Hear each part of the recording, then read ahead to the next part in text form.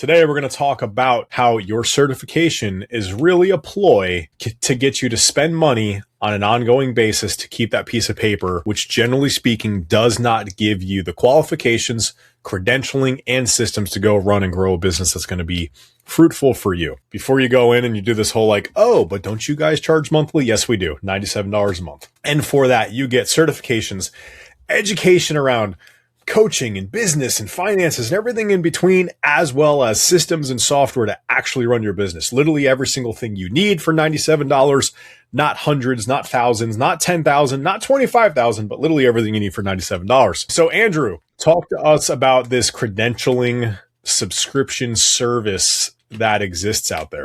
Well, I'm sure that some of our listeners have probably heard the term SaaS before, which stands for software as a service. And we're looking at adopting more of a CaaS model, which maybe this will be the place where that gets coined and NASM and everyone else can jump on the bandwagon of making this stuff affordable, accessible. Because, I think that when it comes to continuing education as a cornerstone, it's important that we take a second to understand why it's in place. And it's generally speaking, things that are relevant to specific trades because industries change, technologies emerge, new things. So you mentioned that actually, like my father, who's an electrician, he has to go and get his license renewed and go through coursework and everything like that. Literally it's 2 or 3 years. He's got to sit through, I think it's 40 hours of coursework in order to keep his license. So it's, as you say that out loud, it's not just trainers, it's everybody. It just dawned on me. Anyone that needs to maintain a certain quality and a standard of care, or like a certain work output, if you will, they are required, generally speaking, if there's some kind of governmental oversight, and there's definitely a bit of a racket when it comes to that, because sometimes when people put in price caps, for an example, Walmart or, some kind of industry wide will say like, hey, we can't charge more than $15 for a set of light bulbs. Well, if people were charging $12 or $10 now, what that means is they're going to basically bump their margins all the way up to the minimum. And so that's how inflation and price discrepancies kind of start to creep in when regulation comes in and says, hey, don't charge more than this. Well, now the people that were charging less than might jump all the way up to that minimum, and that creep may continue to extend over time. And we see a lot of that in the education space where there's a flooding of people that are not qualified to have an opinion on certain metrics. And not to take away from people that have a lot of experience, I think that that's very warranted. And I think that we should have routes for credentialing that are experientially grounded. But people that just get experience at the expense of understanding and any kind of formal education, generally speaking, are going to lack depth the same way that we know when ChatGPT offers you certain things, it's brittle because it doesn't have the depth of information. And that's one of the reasons that it becomes dangerous. And so when we're finding that all these peptide courses, ChatGPT these days and like helping with workouts and stuff is getting wild. I'm like, I don't know what happened to you. I feel like you're going backwards, not forwards. And it's a brainstorming partner for me. It's not what's dictating the workouts, but it's like, as you mentioned that with it, I'm like, where did we go so far away from the guidelines that I've given you as we've gone down this journey together? And I feel that I'm having to go back to like literally the basics to try to get it back on track just to help me brainstorm stuff to do. So you're spot on with how AI in general with some of these things is just introducing an entirely new level of chaos there too. Yeah. And that's part of the reason where, like the same analogy of using seeing yourself in the mirror every day, you don't realize how much your body changes month over month, year over year, which is why progress pictures on occasion are really helpful for people to see what they were like a month ago or last time they were in a bathing suit or what have you, and appreciate how far they've come. That's called drift, effectively, where you kind of don't notice these small incremental changes over time. And when we think about the nature of AI and how it'll slowly start to appropriate the conversation and steer it in a direction, that's definitely going to require and a caution against people just leveraging and using AI without any deep subject matter expertise. This is why professional trades and stuff are going to actually, I think, see an increase in a resurgence of hiring after people realize that AI is likely, just as likely to lead them astray because of the nature of the training and the programming of kind of affirming and that sycophantic, like, oh my gosh, that's amazing. Like that shit will actually get people to start to think they're amazing and at the cost of accuracy or effectiveness. So when you think about people that are selling $1 peptide guides, i.e., Impact Health Network, fucking trash, it really does lend itself to the scrutiny that we're starting to see emergent research come out of, like, hey, peptides aren't really all they're cracked up to be, unfortunately. I have a lot of questions around that because it's still early inside of the mainstream adoption and research kind of exploration with a lot of those for your people that aren't in um, vulnerable populations, that aren't in a diseased state, right? But when we started thinking about that stuff, it's how we didn't have research to substantiate this. How are people writing courses on the matter when physicians and everyone else are lagging behind? And it's not to condescend or say like, oh my gosh, you shouldn't do that, because it does require pioneering. But guys, like, if you don't have any deep subject matter expertise in endocrinology or like how the body works because you said science sucks, I don't think that you should ethically be charging people for something that doesn't exist yet. Like, it's not ethical.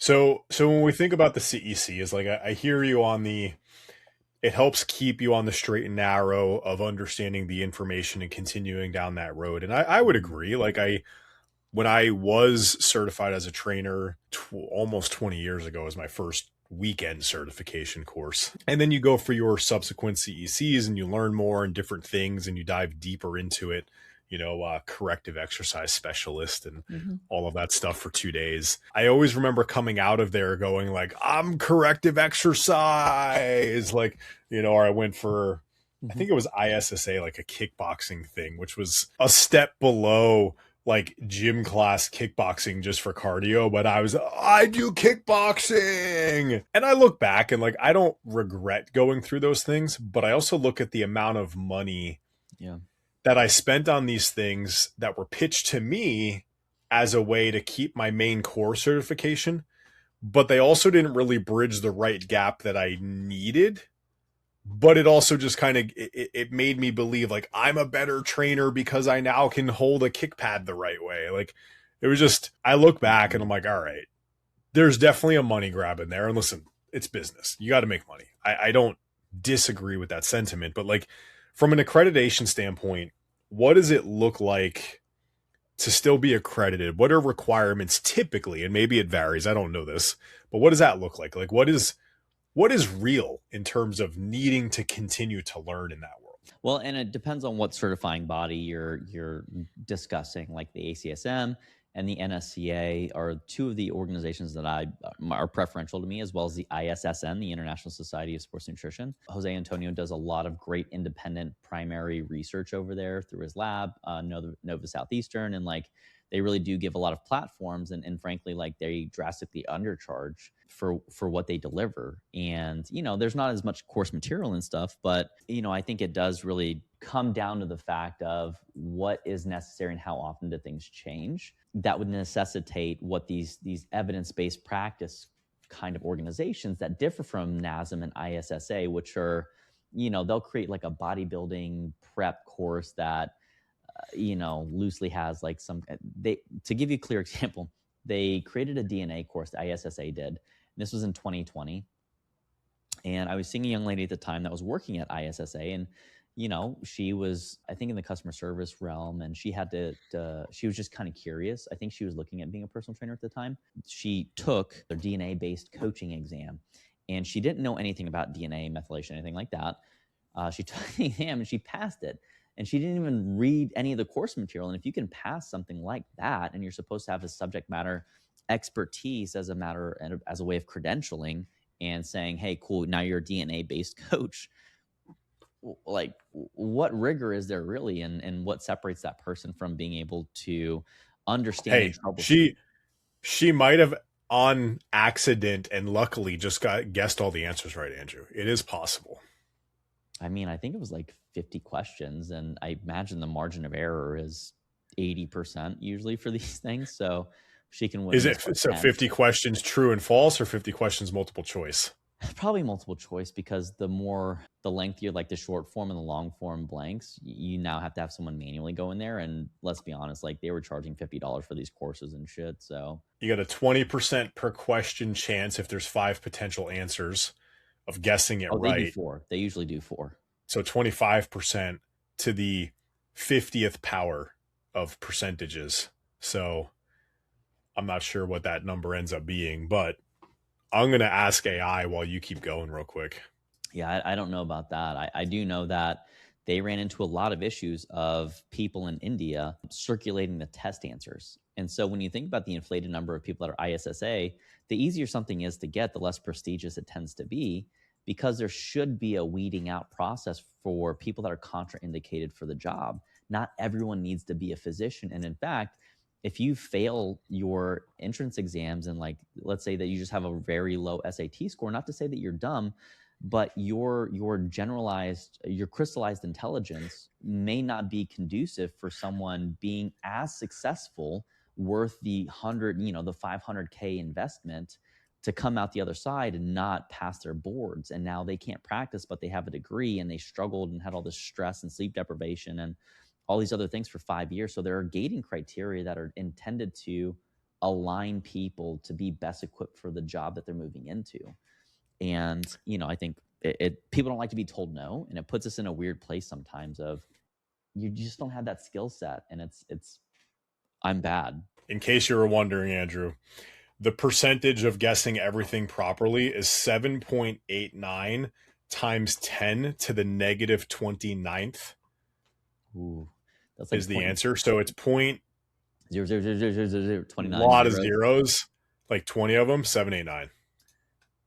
Yeah. So, if you get the right person in India, you can be part of that 0.789. But like, yeah. So when you think about one of the reasons why people don't hold personal trainers in high regard and high esteem, is because it has such a low barrier of entry, and there's not a lot of discretionary, or there's not as much differentiation between these people, which is why people will certify. They'll stack certifications in a way to suggest that they might be more competent. I was one of those people.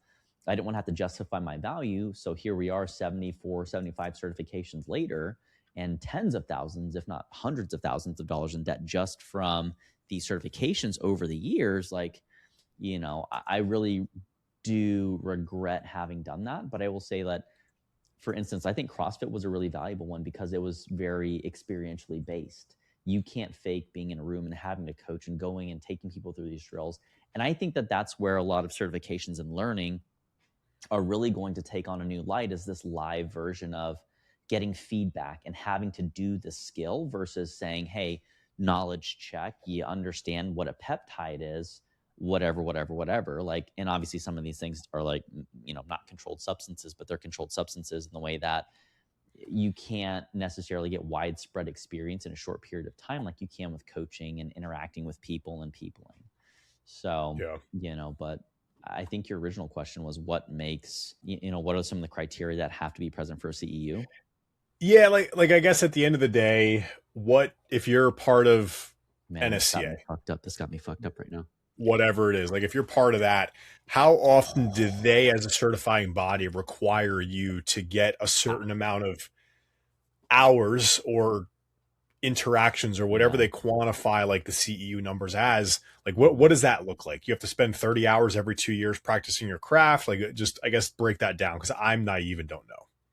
So different organizations have them different ways. I think generally speaking, best practice is to have somewhere around 60 continuing education hours across 2 years. I believe the NSC and the ACSM, the National Strength and Conditioning Association, by the way, if you're listening, you know what that is, or the American College of Sports Medicine. I think that they're probably two of the more evidence-based and rigorous credentials that you can find. Unfortunately, both of which do require degrees to have. And I don't hate that. But it's usually 2 years and 60. I think they do it 6.0. They're usually done in units, in increments of contact hours, right? So if you do a quiz, which you can do quizzes, you read a research article, you can take a quiz through the NSCA for part of your CEUs. They kind of break those up into different domains, like courses, conferences, reading materials. They'll break it up like that. And they don't let you concentrate all of your things in a single domain. New certifications are also a part of that.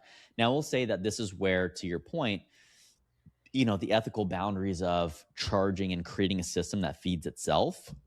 I do think that continuing education is important from an emerging, like, research and stuff perspective. Just because these organizations create things processes, products, systems, information that fill that gap, I don't think that that's inherently an evil thing or like, we shouldn't do that.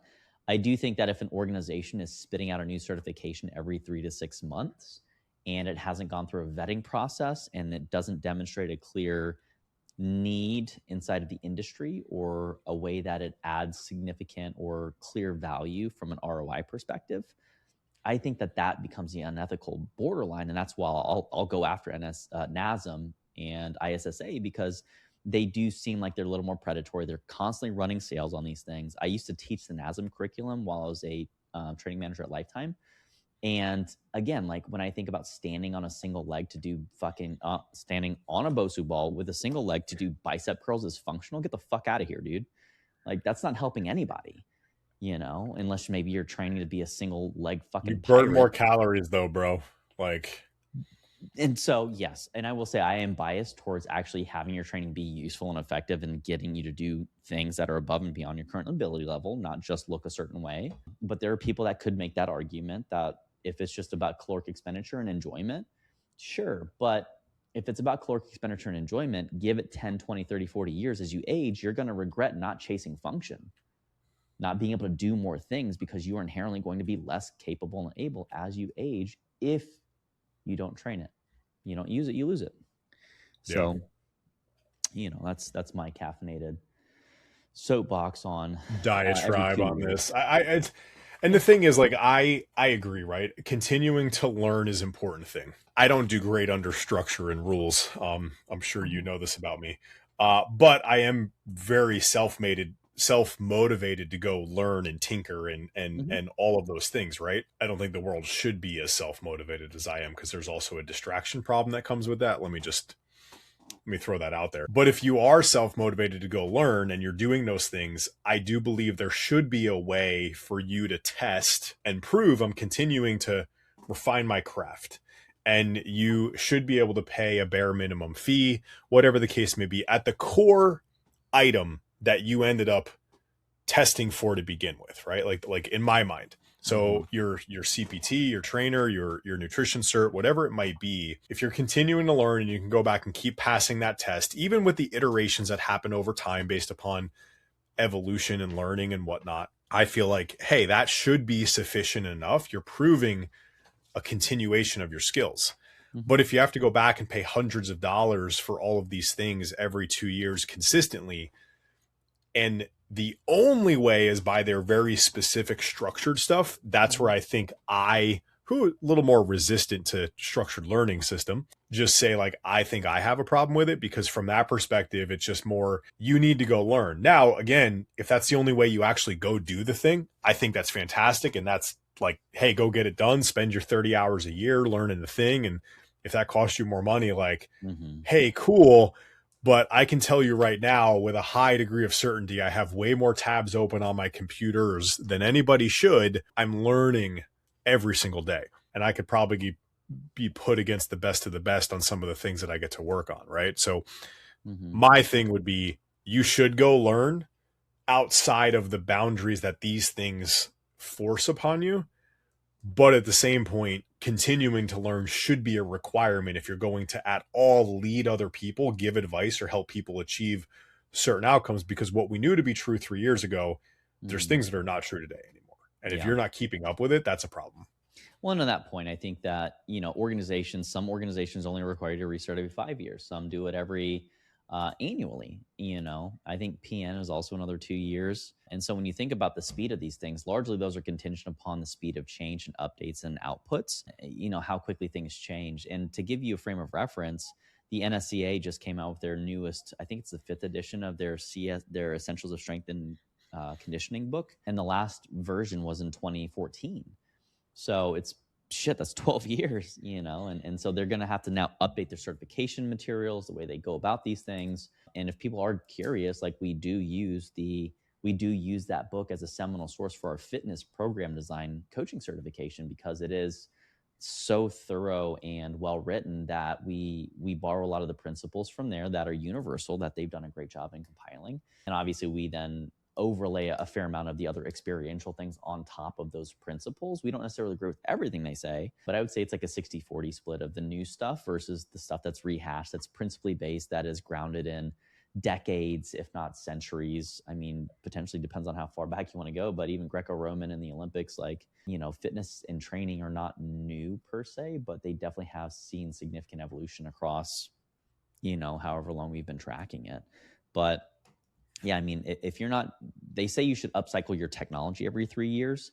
I think that you should definitely be pursuing some kind of credential or some kind of formal education program on top of some kind of experiential educational experience. Because if you learn but you don't do, you're going to be at a huge disadvantage. If all you do is do and you never learn, you're going to be at a huge generalizational kind of limitation where you're not going to know what to do outside of the use cases that you've seen directly in front of you.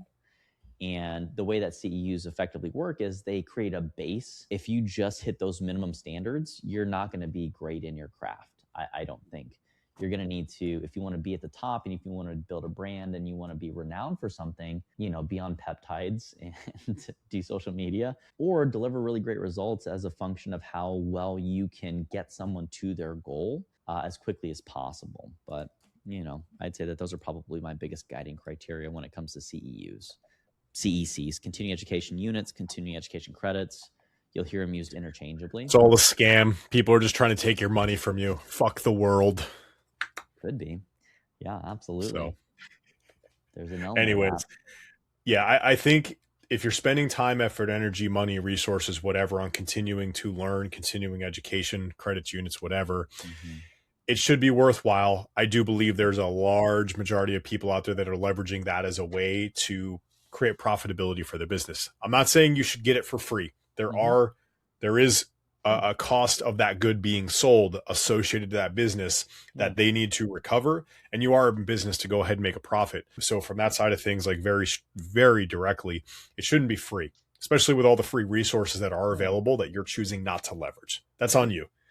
But there are companies that are thinking profit first, and that's where I have the problem at the end of the day, where this is supposed to be about a field, about an industry that's generally speaking providing a service, helping others, whatever the case may be. And it just comes down to the money grab of continuing. And that's like, I mean, the CEC stuff, probably $100, $300 is a reasonable thing where people are charging that stuff. Fine, whatever. You start getting into hundreds and thousands of dollars on these things. And this is, I'm not even bashing these $25,000 masterminds right now, right? Like, this is directly when you're spending thousands of dollars that are going to go help you towards your education crediting situation. That to me is absurd. And that's one of the big things and the big cornerstones that we're not here to do. We want to make sure you have the education, you have the knowledge, you have the experience, you have the tools you need for something that's extremely affordable and plannable in terms of your own world.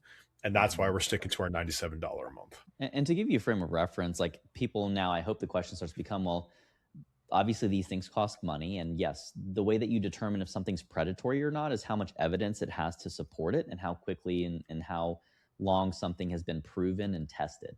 And if it hasn't been proven and tested for, I'd say at least 5 years, that you can create a really reasonable resource that is grounded in some certainty, it's predatory, right? It's all speculative. It's something that might potentially come with inherent risks that the people that are creating these things may not be informed on. And that's really the thing that we want to avoid, because smoking used to be cool until we realized it caused lung cancer, and vaping, kind of the same thing. We're realizing that it causes a lot of health issues, right? And so you don't want to find yourself on the other end of that, where now you have to go back and, God forbid, pay out a class action lawsuit because you were one of the people that's like, hey, I have a peptide company. Yeah, I wouldn't absorb that legal. And there's a reason why we don't deal in that particular business, because it is so immature. Yeah, I'd say that's how you would determine if something's predatory or not, and really your criteria and your no-go criteria. If it hasn't been around for a while and if they can't give you references for some educational content material, and it's not extensive and it doesn't have several different meta-analyses or systematic reviews, preferably meta-analyses, that substantiate their methodology and why they suggest what they suggest, you're getting ripped off. We provide all that stuff whenever people request it for our courses, and we often have excess of usually like 120 plus references that ground our evidence-based approach. And so, make sure you're asking for those things. And if the salesman doesn't want to give them to you, save your money, you're going to save yourself a lot of grief. Agreed.